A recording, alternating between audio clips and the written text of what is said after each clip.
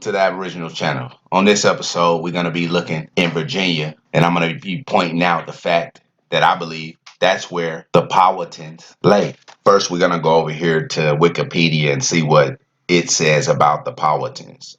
It says the Powhatan people may refer to any of the indigenous Algonquin people that are traditionally from Eastern Virginia. All of the Powhatan groups descend from the Powhatan Confederacy. Goes on to say that it is estimated that there were 14,000 to 21,000 Powhatan people in Eastern Virginia when the English colonized Jamestown in 1607. At another website called legendsofamerica.com, it says that the Powhatan tribe are a Virginia Indian tribe that dominated Eastern Virginia when the English settled Jamestown in 1607. At the time of European settlers arrived in Chesapeake Bay, the region was occupied by approximately 14,000 to 21,000 Powhatan Indians, concentrated in some 200 villages along the rivers. You can never really trust the numbers, so we're going to say it was roughly at the least 40,000 Powhatan Indians because those were numerous sub-chiefdoms and numerous tribes.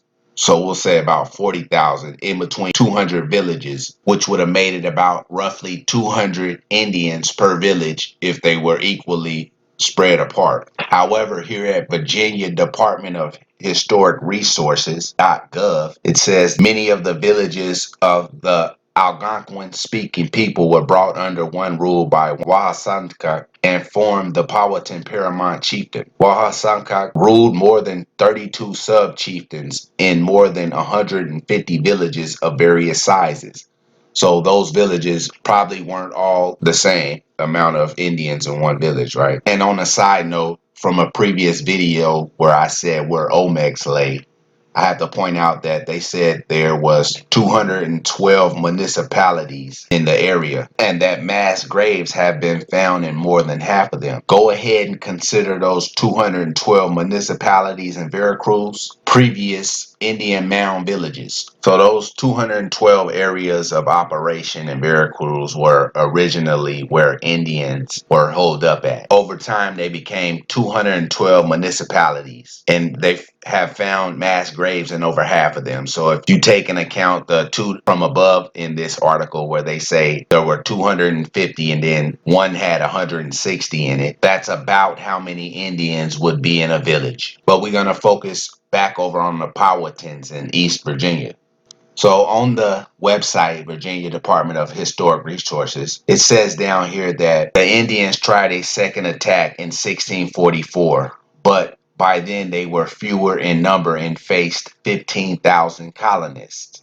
After Openuco's death in 1646, the Powhatan chieftain ceased to exist. It goes on to say that the once mighty Powhatan chieftain was reduced to a tributary status, being required to make yearly payments to the colonial government as a sign of dependence. So they're saying right here that the Powhatan chieftain was reduced to a tributary and it no longer existed, but that's not true. So right here on the Anglo-Powhatan Wars Wikipedia page, it says that after the Third Anglo-Powhatan War, a treaty in 1646. In the peace treaty of October 1646, the tribes formerly in the Confederacy became tributaries to the King of England. At the same time, a racial frontier. Pause. Now, this is the first case of segregation right here. It says a racial frontier was delineated between Indian and colonial settlements, with members of each group forbidden to cross to the other side except by a special pass obtained at one of the border forts. It says, as a result of the war was followed by 30 years of relative peace between the colonists and the Powhatans. Pause. And this was at 1646, when it said right here that the Powhatan chieftain basically ceased to exist in 1646. But that's not true, because it goes on to say right here the treaty set up reservations for each tribe and allowed them hunting rights outside their reservations. It established that all the Indian rulers were equal, with the provision that the Queen of Pamunkey was now owed the subjection of several scattered groups of Indians. So in 1676, the Queen of Pamunkey was now owed the subjection of several scattered groups of Indians. That does not correlate back to where it says after Opanucaw's death in 1646, the Powhatan chiefdom basically ceased to exist. That's an absolute lie. So we can see the contradiction there. So we're sitting here wondering how long the Powhatan chiefdom actually lasted there in Eastern Virginia. But before we look into that, let's go back over here and see how things actually went in those days. Where it says right here that in 1622, a simultaneous attack was made along the whole frontier in which 347 of the English were killed in a few hours, and every settlement was destroyed excepting those immediately around Jamestown, where the whites had been warned in time. As soon as the English could recover from the first shock, a war of extermination was begun against the Indians. Pause. So that was in 1622. Right here on Wikipedia on the Indians massacres list in 1623 says several Massachusetts or the people that they're named from the Algonquin, so some Algonquin chiefs, were lured to Wessagusset under peaceful pretenses and put to death. Other Indians present in the village were also killed. So they had to lure you in under peaceful pretenses and then kill you. And then right here it says the Pamunkey Peace Talks in 1623. It says the English poisoned the wine at a peace conference with Powhatan leaders, killing about 200. They physically attacked and killed another 50. So they had to poison them and then sneak up on them, sneak them. Then the history says they went back and forth for a good 10 years, and then there was a peace treaty in the 1630s. And then turn around in 1644, it says the Powhatan Pamunkey killed more than 400 English settlers throughout the Virginia colony. That was in 1644. Yet, when you look up the Powhatans, it says by 1646, what is called the Powhatan Paramount Chiefdom by modern historians had been decimated. When you go back and look at the Anglo-Powhatan War information, it says the war after 1646 was followed by 30 years of relative peace between the colonists and the Powhatans, shattered only by the attacks of Bacon's rebellion in 1676. Pause. When you go look at the Indians massacres list at Nathaniel Bacon's movements, you'll see that he did not attack the Powhatans. As it says right here, Nathaniel Bacon turned on his Okanochee allies, and his men destroyed 3 forts within their village on Okanochee Island on the Roanoke River near present-day Clarksville, Virginia. Now, if you go right here, Okanochee allies, it says the Okanochee were Saponi Titello. They were Siouan-speaking Indians. Then when you go look at a map of the tribes right there in Virginia, right here you see that Clarkson, where that happened at, Nathaniel's rebellion or whatnot, happened in the Saponi Titello territory. So the Powhatans didn't even have anything to do with that.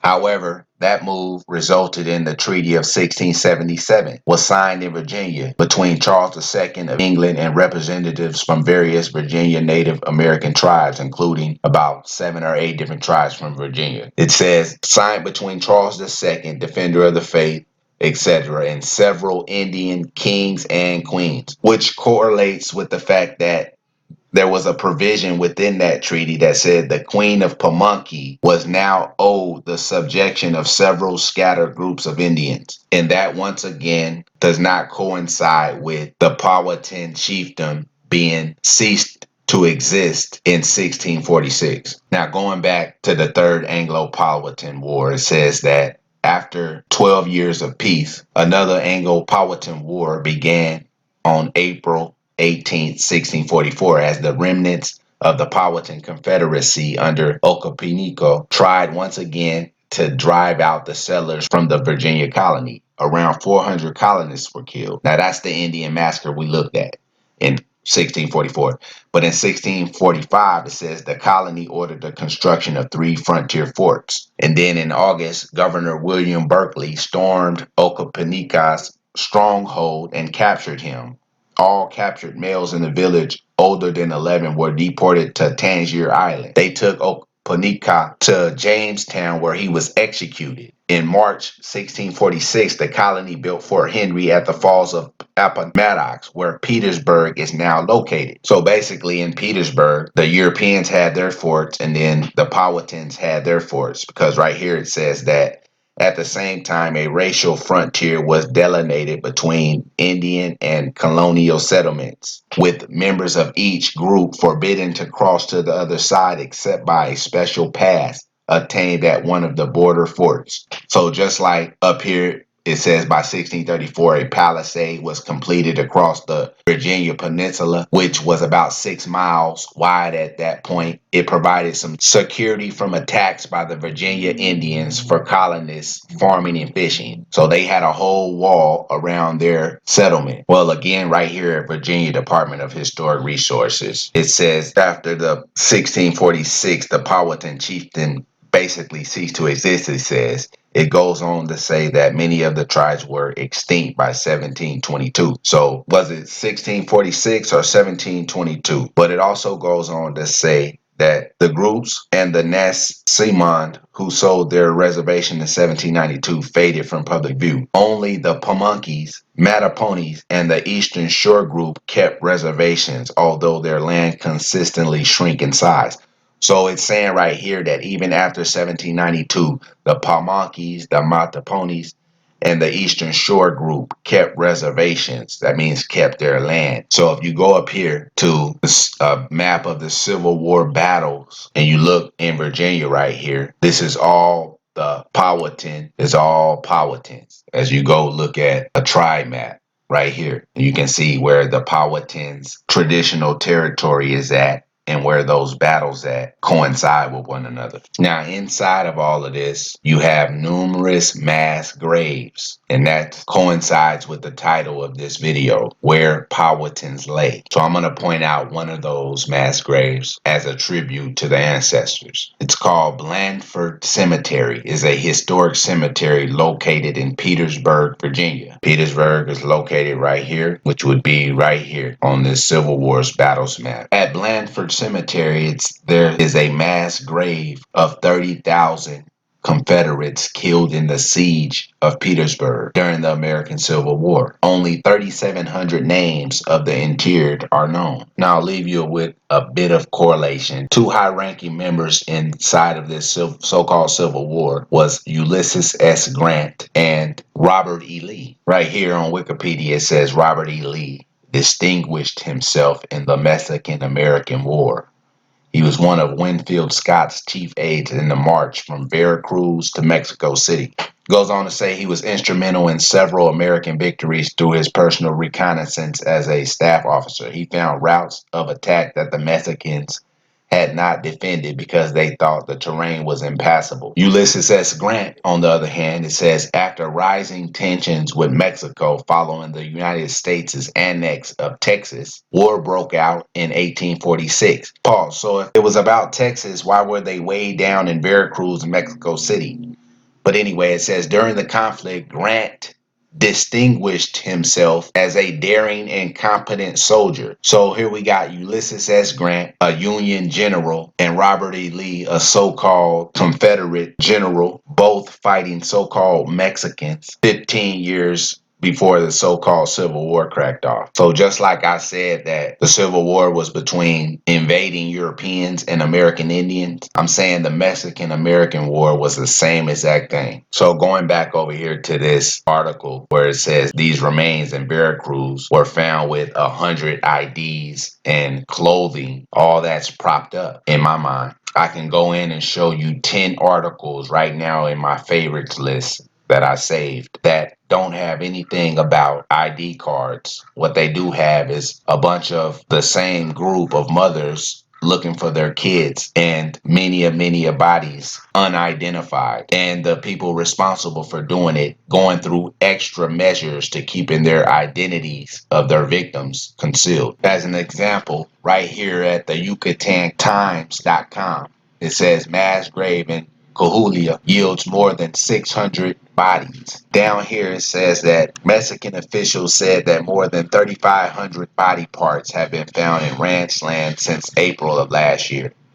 Identification has been complicated by the deterioration of bodies, some of which were burnt years ago by criminals trying to destroy evidence from the mass killings. Again, at the Yucatan Times, here in January of 2020, it says 29 bodies unearthed from Mexican mass grave in Guadalajara. It says that out of all the bodies, and that includes the 29 there, and then it says the grave is located about 260 feet away from another mass grave. The bodies of at least 50 people were discovered in December. In November, 31 bodies were also found nearby. It says the local prosecutor's office said that 4 of the dead have been partially identified and corresponded with open missing persons investigations. So out of all those bodies, only 4 has been identified. Here's another article from NDTV where it says 400 to 500 bodies likely in new mass grave found in Mexico. And this image right here is on that other article where it talks about the other mass grave nearby. Same image right there. But inside of this article, where it says the 400 to 500 bodies were found, doesn't say anything about ID cards or identification of them.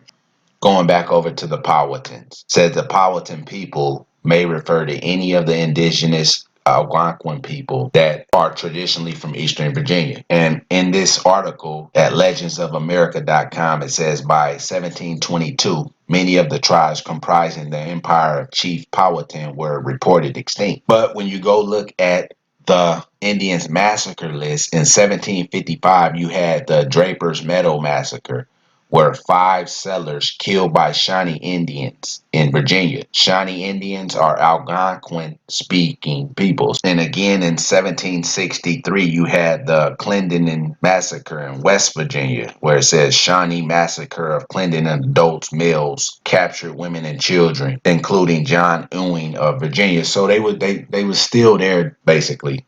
And according to the results of the Anglo-Powhatan Wars, they had a first case of segregation where they had their own palisaded communities, Indians and European or colonists. Right down here it says red line shows boundary between the Virginia colony and tributary Indian tribes as established by the Treaty of 1646. Now right in here is a place called Norfolk, Virginia. If you look at it on the map right here, it's located close to the border right here, which is located right here at these Civil War battles right here. So it's also inside the Indian tributary right here in this red line. And I pointed out Norfolk right there because right here at atlasobscura.com it says the Yellow Fever Park, Norfolk, Virginia, one tiny triangular park, commemorates the victims of a yellow fever epidemic, and many of whom are buried right below the grass. Right here it says in the summer of 1855, a ship from West Indies accidentally brought along mosquitoes. Those insects brought yellow fever to Norfolk, and the disease spread quickly to the surrounding area. It is estimated that a third of the population of Norfolk died before the epidemic ended. Thousands more fled the city, it says. So I don't have to tell you what I believe about this triangular park that has bodies buried right below the grass. Another place of interest to this video is right here in Williamsburg, which is located right around here in all these battles on the Civil War battles map. And inside of Williamsburg, there's a Warrington Cemetery where it says Warrington Cemetery is an excellent example of the Victorian Park Cemetery. Its center is the Confederate Memorial, which marks the mass grave of several casualties of Manassas battles. Until recently, the names of the buried were unknown.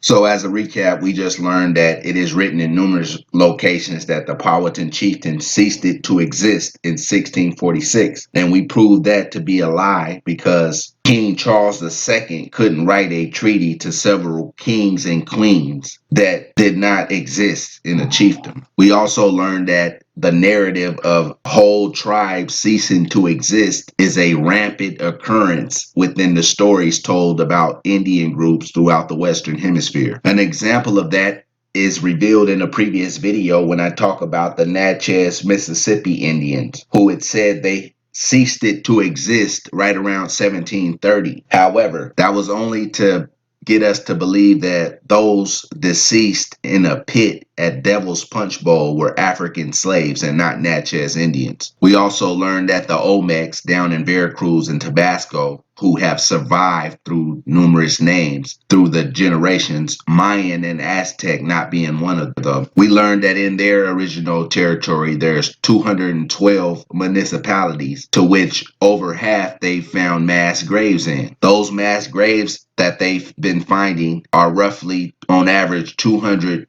remains per mass grave, which correlates back to the average amount of Indians that would be in one village. Then it said about the Powhatans that they ceased to exist right around 1722. However, we learned that the fortified segregation allowed Indians and colonists to survive in Virginia until the Civil War, where after the war, right there in Petersburg, which currently holds a so-called black majority, there's a mass grave of over 30,000 Confederate soldiers, and only around 3,500 has names. That means over 20,000 people are unnamed in that pit, which in my mind correlates back to the Devil's Punch Bowl, there being over 20,000 there, and then the over 106 municipalities in Veracruz adds up to over 20,000 as well.